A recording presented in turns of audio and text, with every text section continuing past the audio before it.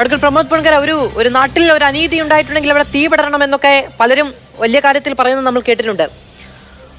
അവിടെ ഒരു അനീതി ഉണ്ടാവുകയും അതിലൊരു മരണം ഉണ്ടാവുകയും ചെയ്തു. ജനങ്ങളോ മറ്റ് രാഷ്ട്രീയ പാർട്ടികളോ പ്രതിഷേധിക്കേണ്ടതില്ലേ? മാധ്യമങ്ങൾ അത് പറയേണ്ടതില്ലേ? അങ്ങനെ പറയണമെങ്കിൽ എന്തൊക്കെ കാര്യങ്ങൾ പറഞ്ഞ് മുൻകൂറായി പറഞ്ഞ് അനുമതി വാങ്ങേണ്ടതുണ്ട്?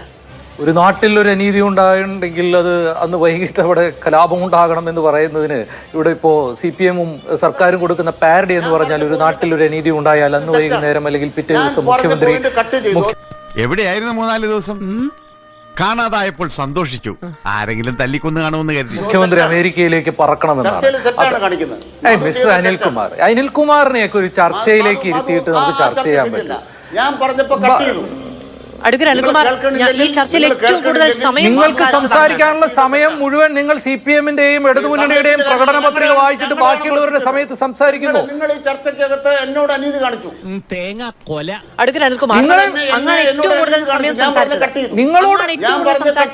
ഞാൻ ഇടവേള പറഞ്ഞാണ് പോയത്. ഞാൻ ചോദിച്ച ഒരു ചോദ്യത്തിന് നിങ്ങൾ ഞാൻ പറഞ്ഞ കട്ട് ചെയ്തു. എന്താ കട്ട് ചെയ്ത് പോയിട്ടെന്ന് വെച്ചാൽ ബിന്ദുവിന്റെ ഭർത്താവ് ഇന്നലെ പറഞ്ഞു ഈ പറയുന്ന തെരച്ചിൽ പ്രവർത്തനത്തിൽ ഒരു താമസവും വന്നില്ല. ബിന്ദുവിന്റെ ഭർത്താവ് ഇന്നലെ പറഞ്ഞ മാതൃഭൂമി ഞാൻ കേട്ടതല്ലേ, എല്ലാ മാധ്യമങ്ങളോട് പറയുന്നത് കേട്ടതല്ലേ? പുതിയ കഥ ഇത്ര ആളുകൾ നിർമ്മിച്ചതാ, നിങ്ങൾ ഉൾപ്പെടെയുള്ള മാധ്യമങ്ങൾ നിർമ്മിച്ചതാണ്. ആ പുതിയ കഥ രാഷ്ട്രീയമാണ്. ഇത്രയും കാലമായിട്ട് ഈ നീർക്കോലിക്ക് ഒരു ഇംപ്രൂവ്മെന്റ്സ് ഉണ്ടായില്ലല്ലോ. കെട്ടിടം തകർന്നു വീണതോ അതിനുള്ളിൽ അവരുടെ ഭാര്യ കുടുങ്ങിയിട്ടുണ്ട് എന്നുള്ളതോ ആ കുടുംബം അറിയുന്നത് ഏറെ വൈകിയാണ്. അവർക്ക് അതുമായി ബന്ധപ്പെട്ട് കൃത്യമായ വിവരങ്ങളൊക്കെ കിട്ടുന്നത് ഏറെ വൈകിയാണ്. അവർ കാണുന്നത് ഈ ബഹളങ്ങളൊക്കെയാണ്. പിന്നീട് അവരുടെ കുടുംബത്തിൽ മരണമുണ്ടായതെന്ന് അറിയുന്നത് ആ സമയത്ത് അവർ പറയുന്നതല്ല. അവിടെ ഈ വിവരം അറിഞ്ഞെത്തിയ മാധ്യമങ്ങളും അവിടെ ഈ വിവരം അറിഞ്ഞെത്തിയ പൊതുപ്രവർത്തകരും എല്ലാം അവിടെ JCB പറയുന്നേ എനിക്കറിയാം എന്തോ കാര്യമായിട്ട് പറയുന്നു. നിനക്കല്ലേ കേൾക്കാൻ പറ്റണ അടക്കം ജീവനുണ്ടോ എന്ന് പരിശോധിക്കണമെന്ന് ആവർത്തിച്ച് ആവശ്യപ്പെട്ടു എന്നാണ് ഞാൻ പറഞ്ഞത്. ആവർത്തിച്ച് ആവശ്യപ്പെടേണ്ട അവസ്ഥയുണ്ടായി എന്നതാണ്. അദ്ദേഹം മറുപടി പറഞ്ഞു.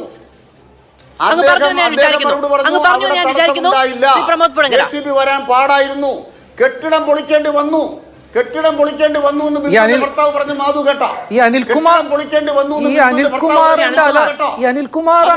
കേൾക്കാത്തത്? ശ്രീ അനിൽകുമാർ ഒരു നിമിഷം. അങ്ങ് പറഞ്ഞത് കേട്ടു.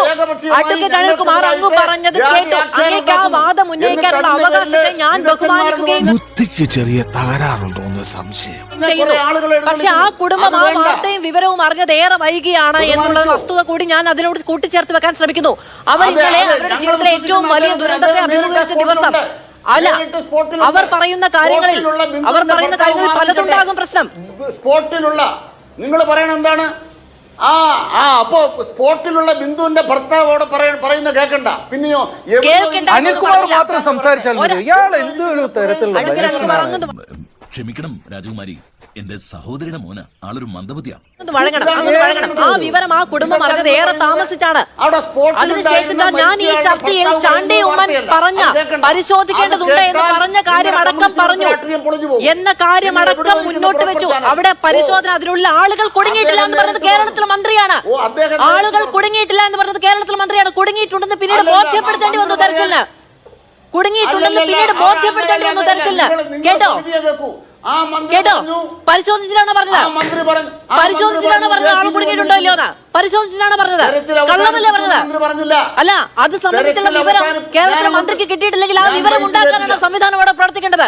കുടുങ്ങിയിട്ടില്ല ശരി, അവനവന്റേതല്ലല്ലോ, നാട്ടുകാരുടേതല്ലേ, അതുകൊണ്ട് കുടുങ്ങിയിട്ടില്ല. ഒരു നിമിഷം അല്ലല്ല, അങ്ങ് പറയുന്നതും അങ്ങ് മറ്റുള്ളവർ കേൾക്കണമെന്ന് വിചാരിക്കുന്നത് മാത്രം വെക്കാൻ വേണ്ടിയിട്ടുള്ളതല്ല ചർച്ച.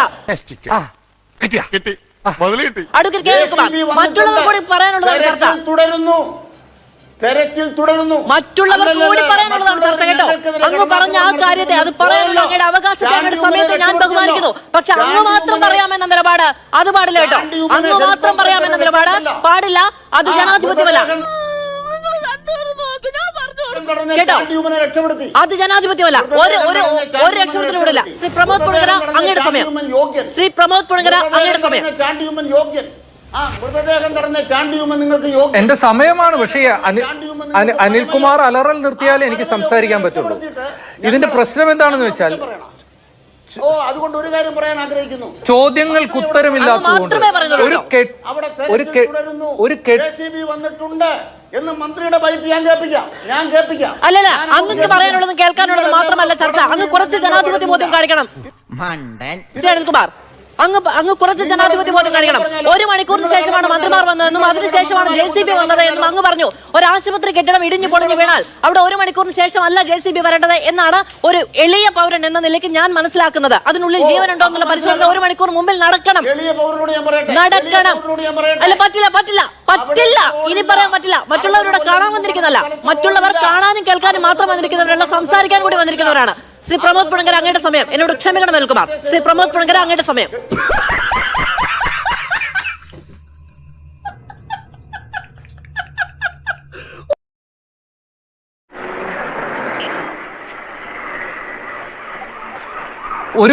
ഒരു ഭരണകൂടത്തിനും ഒരു ഭരണ സംവിധാനത്തിനും ഉത്തരമില്ലാതിരിക്കുമ്പോൾ എങ്ങനെയാണ് തീർത്തും ജനാധിപത്യ വിരുദ്ധമായ രീതിയിൽ ആക്രോശിച്ച് ഒരു ചർച്ചയെ, സംവാദത്തിനെ വഴിമാറ്റുക എന്നുള്ളതിന്റെ ഉദാഹരണമാണ് അനിൽകുമാറിനെ പോലുള്ള ജനാധിപത്യ വിരുദ്ധന്മാരൊക്കെ. ഇതാണ് ഈ സർക്കാർ ചെയ്തുകൊണ്ടിരിക്കുന്നത്. ഈ കെട്ടിടം പൊളിഞ്ഞു വീണതിന്റെയും വളരെ കൃത്യമായിട്ട് ഈ പൊതുജനാരോഗ്യ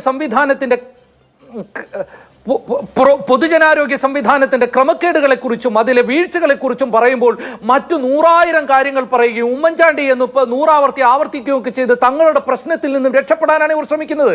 ഈ ഭരണ സംവിധാനത്തിലുള്ള ഇയാളടക്കമുള്ള ഇത്രയും ആളുകൾ, നമ്മുടെ മുഖ്യമന്ത്രി അടക്കമുള്ളവർ, അവർക്ക് വേണ്ടി പ്രത്യേകമായി ഒരുക്കി വെച്ച സംവിധാനങ്ങളല്ല എങ്കിൽ ഒരു മെഡിക്കൽ കോളേജിലെയോ ജനറൽ ആശുപത്രിയിലെയോ ഒക്കെ ഒരു ടോയ്ലറ്റിൽ വരെ പോയി നോക്കട്ടെ, ഒരു ദിവസം പോലും പോകില്ല. നിങ്ങൾക്കറിയാമല്ലോ, മെഡിക്കൽ കോളേജുകൾ അടക്കം കേരളത്തിൽ അതിമാരകമായ രോഗമുള്ളവർക്കടക്കം ഒരു കട്ടിലിൽ 2 പേരൊക്കെ കിടക്കുന്ന അവസ്ഥയുള്ളതാണ്. പുലർച്ചെ 5 മണിക്കൊക്കെ പോയിട്ടാണ് ആളുകൾ ടോക്കൺ എടുക്കുന്നത് ഇവിടെ ഡോക്ടറെ കാണാൻ. കേരളത്തിന്റെ പൊതുജനാരോഗ്യ സംവിധാനം എന്ന് പറയുന്നത് ഒരുപാട് മാറ്റങ്ങൾ ആവശ്യം വേണ്ടി വരുന്ന ഒന്നാണ്. പകരം ഇവർ ചെയ്യുന്നത് എന്താ? ജനങ്ങൾക്ക് ഔദാര്യമാണ് തങ്ങൾ നൽകുന്നത് എന്നാണ് പറയുന്നത്. കെട്ടിടം പൊളിഞ്ഞു വീണ പ്രശ്നത്തെ കുറിച്ച് പറയുമ്പോൾ അതിൽ എന്തുകൊണ്ട് ഒരു മനുഷ്യന്റെ ജീവൻ ഇവിടെ നഷ്ടപ്പെട്ട ഒരു വിഷയത്തെ കുറിച്ച് പറയുമ്പോൾ, അങ്ങനെ മനുഷ്യന്റെ ജീവൻ നഷ്ടപ്പെട്ടത് ഇവിടുത്തെ അഡ്മിനിസ്ട്രേറ്റീവ് അനാവസ്ഥയും രാഷ്ട്രീയമായ ദുരധികാരത്തിന്റെ പ്രകടനവുമാണ് എന്ന് പറയുമ്പോൾ പകരം കഥാപ്രസംഗം നടത്തിയിട്ട് താലൂക്ക് ആശുപത്രിയിൽ കാത്തലാബ് നിയമിച്ച മന്ത്രിയാണ് എന്നൊക്കെയാ പറയുന്നത്. ഇതൊക്കെ മന്ത്രിയുടെയും ഇവരുടെയും ഔദാര്യമാണ്. നോക്കൂ, പ്രൊപ്പഗാൻഡയിലാണ് ഈ സർക്കാർ നിലനിൽക്കുന്നത്. സമ്പൂർണ്ണമായ പ്രൊപ്പഗാൻഡയിൽ ഈ സർക്കാർ നിലനിൽക്കുന്നത്. പാലത്തിന് അല്ല, ഇപ്പൊ